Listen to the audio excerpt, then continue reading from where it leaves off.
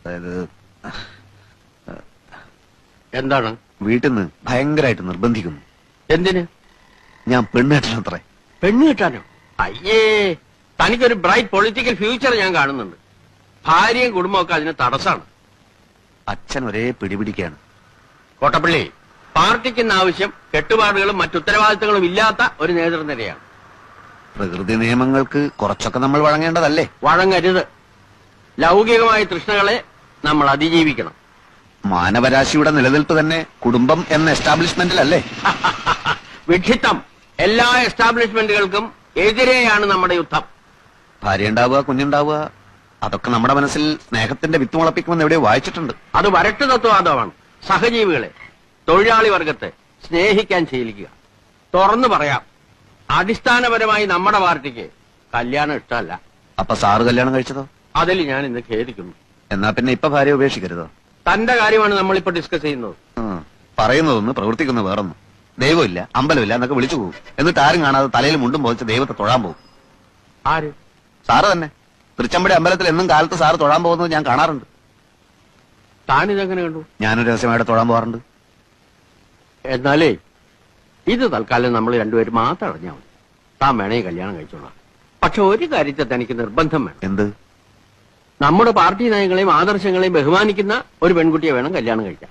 അത് 100% ഞാൻ ഉറപ്പ് തരുന്നു. എന്നാ താങ്ക് യു.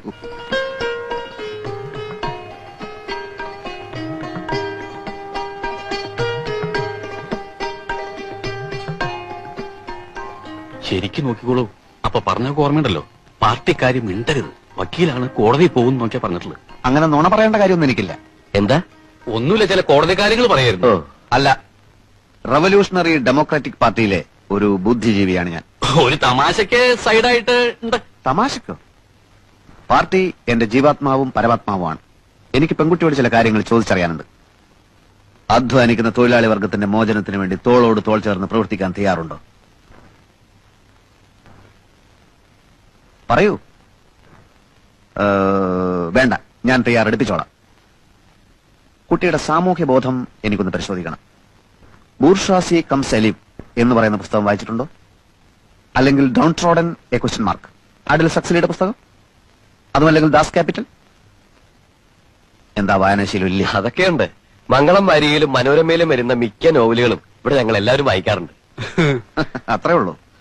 ശരി, വായിച്ച നോവലുകളിൽ ഏറ്റവും ഇഷ്ടപ്പെട്ട നോവൽ ഏതാണ്? ഏതാ മോളെ? അത് ഏതായാലും പറഞ്ഞേക്ക്. ഏറ്റവും ഇഷ്ടപ്പെട്ടത് മനോരമയിലെ ഹവാ ബീച്ച്. ഹവാ ബീച്ചോ? അതെന്ത് ബീച്ചാണ്? അതേതെങ്കിലും ഫോറിൻ ബീച്ചായിരിക്കും. കോട്ടയം പുഷ്പനാഥനെയും മാത്യു മറ്റത്തിനെയും മോൾക്ക് വലിയ ഇഷ്ടാ. ഇഷ്ടം എന്ന് പറഞ്ഞ അത് സാരമില്ല. എനിക്ക് ചില നിബന്ധനകൾ മുമ്പോട്ട് വെക്കാനുണ്ട്. കല്യാണത്തിന് ആർഭാടങ്ങളൊന്നും പാടില്ല. ഞങ്ങളുടെ പാർട്ടി ഓഫീസിൽ വെച്ച് വളരെ ലളിതമായ ഒരു ചടങ്ങ്. ഞാനൊരു രക്തഹാരം അങ്ങോട്ടണിയിക്കും, കുട്ടി ഒരു രക്തഹാരം ഇങ്ങോട്ടണിയിക്കും. അതിനുശേഷം അരമണിക്കൂർ നേരം ഞങ്ങളുടെ പാർട്ടി പ്രവർത്തകർ ഞങ്ങളുടെ പാർട്ടി സൂക്തങ്ങൾ ഉറക്കെ ചൊല്ലും. പിന്നെ ഒരു ഗ്ലാസ് നാരങ്ങ വെള്ളം. ചടങ്ങ് തീർന്നു. ഞാൻ അധികവും അണ്ടർഗ്രൗണ്ടിലായിരിക്കും, ഒളിവിൽ. ശ്രീമാൻ തോപ്പിൽ ഭാസിയുടെ ഒളിവിലെ ഓർമ്മകൾ വായിച്ചിട്ടില്ലേ? അതുപോലൊരു ജീവിതമായിരിക്കും മിക്കപ്പോഴും. NSP ഞങ്ങളെ വേട്ടയാടുകയാണല്ലോ. ചിലപ്പോൾ ലോക്കപ്പിലോ ജയിലിലോ ആയെന്ന് വരാം. ഒരു വിപ്ലവകാരിയുടെ ഭാര്യ എന്തും സഹിക്കാൻ പ്രാപ്തയായിരിക്കണം.